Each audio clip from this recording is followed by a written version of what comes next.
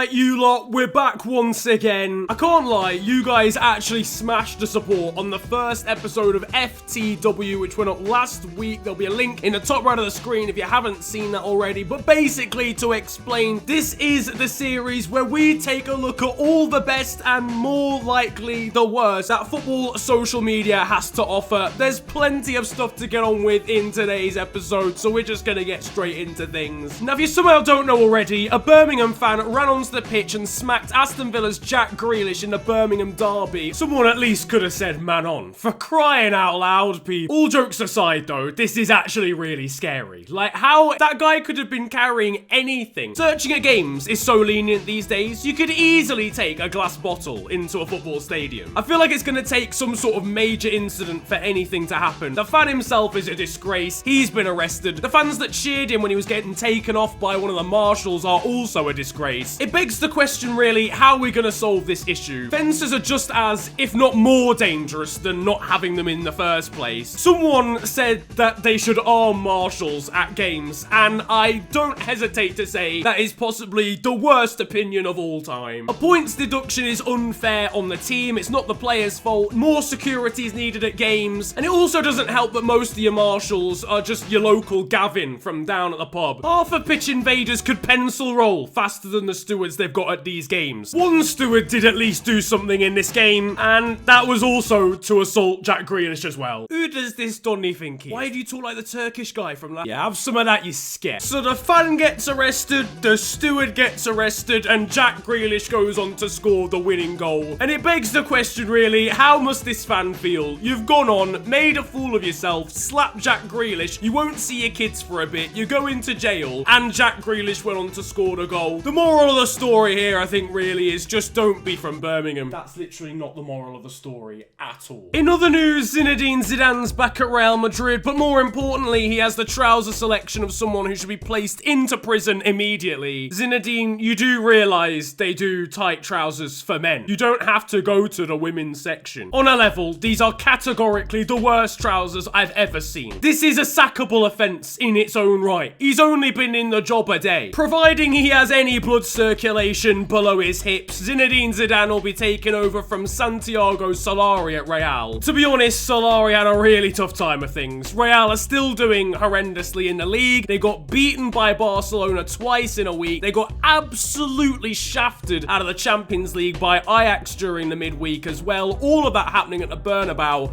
I really hope he has some sort of stress relief. Oh.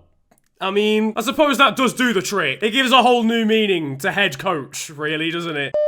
The guys are coming with unbelievable techers. Unbelievable techers.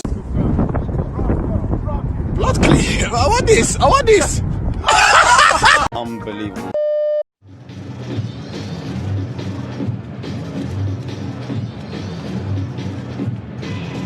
If I'm honest, I just don't really understand what's occurring here. So basically, this Southampton fan is giving it full beans at St Mary's Stadium. Obviously, they're playing The Prodigy in the background as a nice tribute to their former lead singer. And this guy is taking it upon himself to throw some absolute shapes. We're not even talking, we're talking three-dimensional shapes here, ladies and gents. You can't even knock it. The guy's giving it absolutely everything. It's like when you see that 70-year-old guy at a nightclub, and all you can stand back and do is say, I hope I'm as interested in chasing status when I'm 70. The one thing I will say about all of this though is how are the people around him so cool, calm and collected? Get amongst it. Get dancing with the guy. They're just standing around not even reacting. I've seen more movement in a morgue. That sounds mental actually. That indicates I go to morgues just calmly on the weekend. I swear I don't. So Arsenal beat Manchester United on the weekend. About my who? About my what? They've taken this opportunity to try and become the absolute banter kings of Twitter. The Arsenal admin has been absolutely on a mad one, ribbing the fact that Jesse Lingard called the Emirates his dance floor, talking about Aubameyang in a joke that is really too long and convoluted to explain in this video. It's almost like United didn't even knock them out in the FA Cup. It's like it didn't even happen at all, except it did. It did happen. They even did the whole Unai's at the wheel thing, and that really takes the biscuit for United fans. Though the reality is that tweet's gonna absolutely explode when Arsenal get knocked out of the Europa League by mid-table French farmers. Unfortunately, there was another pitch invader at that game as well. Someone decided to try and push Chris Smalling from the Arsenal fans. I don't know whether they'd seen what happened to Jack Grealish earlier on in the day and were inspired by that, but again, it highlights the issue. There needs to be more security at games. Stewards need to be paid more so they're actually wanting to do the job. Meanwhile, Sead Kolasinac was completely preoccupied by other things. He must have seen DT's natural hairline in the crowd or something. I'm sorry, that was disgusting. I actually need to just get a grip of myself. So still 0-0 is the Sunday League segment of this series. Every single week I'll try and bring the best Sunday League action that I've seen on social media, and it'll fall under this category. It's called still 0-0 because of the amount of times you hear that in Sunday League games. You could genuinely be winning 14-0. You'll hear someone scream it's still 0-0 in the background. So all is well. We've got a kick out from the goalkeeper into one of his defenders here for the black and whites. Soon enough though, he realises he has literally zero ability on the ball. The attacker in red looks to be in here. I've got the ball, ref. Are you mental? They're both down. I'm not surprised. You're hearing that collision if you're within a 30-mile radius. I'm sorry, but I love the fact there's a guy at the bottom right just clapping as if it's a brilliant challenge. Well in, lad, you gotta show him you're there, son.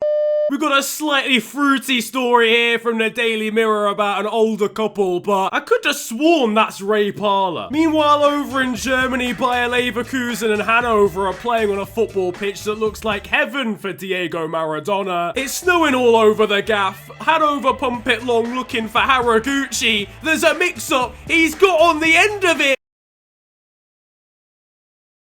I've got to say it's a terrific goal line clearance from Snow there. You know what I don't understand? The referee in this situation, what official in the history of football watches literal frozen precipitation prevent a goal like that and think, yep, alright, sound boys, play on. I feel so sorry for the striker, man. He's done all the hard work. He's even got style points for knee sliding before the ball's even gone in. Do you understand how difficult that is to do? Things, quite frankly, are getting massively out of control in Scotland, though. Berwick Rangers report the ugly scenes in the dugout as Cowdenbeath's manager has just told Johnny Harvey to take his face for a shite.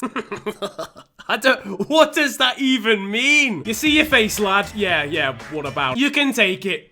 For a shite. I'm not gonna lie, secretly I've just always wanted to do a terrible Scottish accent in a video. That's really the only point for that story. It's fair to say it's been a bad day at the office for that QPR fan. Minutes to go, not quite that actually, 15 minutes to go. Carl are 2-0 down against Notts County. Again, the goalkeeper's taking an age with his goal kicks. Ball put down on the floor. Hallam Hope's come and taking it off him. Shoots. Is it going to go? It is. I've had enough. I've well and truly had enough. Were his defenders getting a sandwich or something? Where's the man on call? Where are the fans as well? You're all hopeless. And finally, over in the J-League, a celebration went horrendously wrong for Anderson Lopez. Having scored to put his team ahead, he decided to jump over the advert boards and, I mean, it didn't end up very well for him. Basically, the drop was massive. He didn't realise. But the thing I don't get about this, right, it's the home stadium. How do you not know as a player playing at your home stadium what your stadium even looks like? Anderson, I've got lots of questions for you. That, though, is going to be the end of FTW or football this week for this week. I mean, it makes sense, really. It's in the title. I hope you've enjoyed. Once again, let me know down in the comment section what you thought. If there's anything you want me to add to this series, feel free to do so, because because it's evolving all the time, basically. I want to have your input. But again, hope you've enjoyed. If you did, slap a like on the video, subscribe if you're new, and you can also follow me on social media these days as well. My Twitter and Insta are at @theofficialfng, and links are down below. But it's been a pleasure ranting at you guys today. Have a great day, enjoy yourselves, and goodbye.